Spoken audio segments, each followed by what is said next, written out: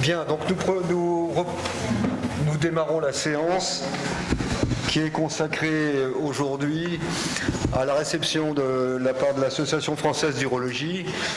Je ne vous cache pas que moi qui suis chirurgien viscéral et digestif, je trouve que nos collègues urologues sont comme toujours très organisés, très bien organisés. Nous sommes ravis de vous recevoir.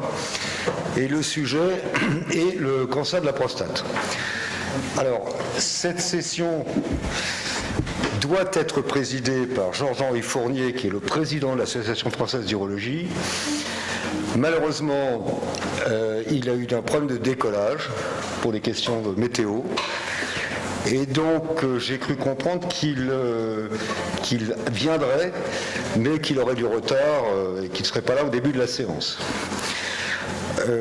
Et donc, nous demanderons donc à Laurent Bocon-Gibaud éventuellement de le remplacer et de s'associer avec lui. Et nous allons entendre dans un premier temps le résumé de la séance précédente, comme c'est l'usage. Jean-Claude Coufinal, tu as la parole.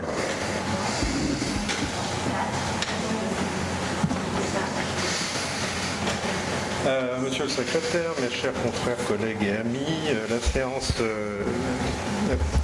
la séance précédente était mixte, à la fois en présentiel et en vidéo. Et il s'agissait d'une séance de communication libre. Avec la première présentation a été faite par M. Farouk Seban sur les appendicectomies hernières. Il nous rappelle son expérience de 2 cas d'appendicite aiguë hernière survenus chez des personnes âgées avec une issue favorable. Et Farouk Seban nous rappelle l'historique des descriptions anatomiques des appendicites dès le XVe siècle et l'évolution des traitements chirurgicaux de ces appendicites aigus depuis la première appendicectomie réalisée à Londres en 1735 par Claudius Amyot, qui est en fait sur une appendicite en position hernière et qui était le sujet de sa présentation et de ces 2 cas, jusqu'au traitement célioscopique actuel. Anecdotique car d'une survenue estimée à 1 pour 1000, à moins de 1 pour 1000, elles sont de diagnostic difficile étant donné leurs particularités ectopiques. Aujourd'hui, le diagnostic est facilité par le scanner réalisé en urgence et le traitement est mené le plus souvent par voie abdominale conventionnelle ou célioscopique. Ensuite, nous avions une présentation de Khalid Al-Khames, qui est d'Arabie Saoudite, et qui nous présente un sujet intéressant, c'est la mise en place d'assistance ventriculaire gauche chez des patients présentant une insuffisance cardiaque terminale, théoriquement des indications de transplantation, et l'expérience du centre saoudien qui l'a développé. Alors, il nous rapporte les excellents résultats d'une série de 33 patients. On voit que c'est une moyenne d'âge de 40 ans en insuffisance cardiaque terminale et avec une fraction d'éjection d'environ 16% et des patients réfractaires à tout traitement médical. Ils ont bénéficié de la pose d'une assistance ventriculaire gauche à demeure entre 2017 et 2020. Dans cette série, on observe un seul décès au 20e jour post-opératoire, aucun incident thromboembolique ou d'anomalie échographique sur la cinétique, 32 patients ont retrouvé leur activité socio-professionnelle antérieure avec un suivi moyen de 20 mois.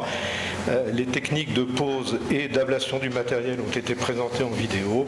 L'assistance ventriculaire gauche apporte, selon lui, un nouvel horizon chez ces patients en grande invalidité par insuffisance cardiaque terminale, ayant une probabilité faible de pouvoir bénéficier d'une transplantation cardiaque.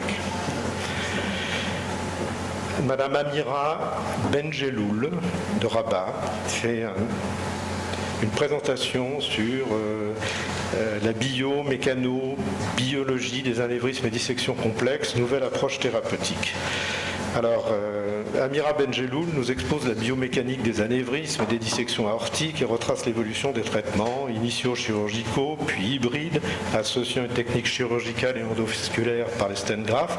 Enfin, des techniques endovasculaires seules, plus ou moins sophistiquées pour prendre en charge la vascularisation des collatérales cérébrales et viscérales. À l'aide d'exemples documentés en scanner avec reconstruction 3D, elle nous présente l'efficacité biomécanique et biologique du stent multicouche modulateur de flux MFM. Ce stent est constitué d'une armature de plusieurs couches de fil d'alliage de cobalt, solidarisé par des lésions intercouches. Il n'y a pas de revêtement. Il laisse naturellement passer le sang en régulant le flux, diminue la pression dans le sac anévrismal, prévenant la rupture et conserve la perméabilité des artères collatérales. Il serait très propice à une excellente endothélialisation et représenterait donc pour toutes ses qualités et propriétés un progrès considérable pour les traitements endovasculaires. Voilà, ce stent a été créé et mis en circulation depuis 2006. Et il ne fait pas partie de nos circuits habituels, en tout cas en chirurgie vasculaire en France. Moustapha Tayeb, de Ain Taya, Algérie, résultat d'une étude transversale portant sur 256 pancréatites aiguës nécrosantes, une série de 2012 à 2020. Alors, cette étude nous apporte des informations épidémiologiques, une incidence en augmentation à 26 pour 100 000 par an. Dans la série, la moyenne d'âge est de 51 ans, avec un sexe ratio féminin à 71%. L'étiologie biliaire est retrouvée dans 56% des cas et la mortalité globale est de 16%. Le taux de nécrose infectée est de 18% avec une forte mortalité à 34%. Il répond à quelques questions. L'antibiothérapie prophylactique ne modifie pas le risque de survenue de l'infection et de la nécrose et n'a pas d'influence sur la mortalité. Le facteur le plus performant de prédiction de l'infection de la nécrose est l'élévation du taux de procalcitonine. Donnée importante dans ces formes infectées, la mortalité et la morbidité ont été fortement abaissées dans le groupe ayant bénéficié d'un traitement non chirurgical dit conservateur. Charles Darian, recherche translationnelle en onco-urologie, cancer du rein et de la prostate. Alors, son étude translationnelle, elle nous explique que c'est un aller et retour entre la clinique, les problématiques de diagnostic de récidive et la recherche, la recherche biologique, immunobiologique simultanée pour répondre à ces questions. Donc Charles Darian nous fait part de ses travaux concernant les facteurs prédictifs et pronostiques de récidive dans les cancers du rein et de la prostate. Dans le cancer du rein, l'identification de ces marqueurs permet de prévoir la nécessité de thérapie adjuvante à la cure chirurgicale. La mise en évidence, on note la mise en évidence d'une forte infiltration intratumorale de lymphocytes CD8 est un facteur pronostique et que la co-expression à leur surface des checkpoints inhibiteurs de type TIM3 et PD1 est prédictive d'un plus grand risque de récidive. Pour le cancer de la prostate, le risque est l'inéluctable survenue à plus ou moins brève échéance de la mortelle résistance à la castration. La recherche des facteurs prédictifs à la résistance hormonale est fondamentale et elle permettrait de guider au mieux les différentes lignes d'hormonothérapie.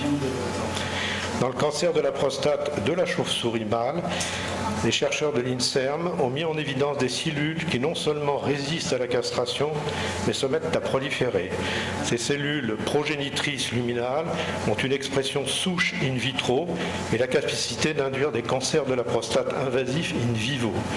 Valider l'hypothèse que les progéniteurs luminaux sont impliqués chez l'homme lors de l'évolution vers la résistance à la castration est l'objet de sa thèse de science en cours. Merci. Ce sont nos orateurs. Y a-t-il des commentaires ou des questions? Non, donc le compte-rendu est adopté. Merci Jean-Claude.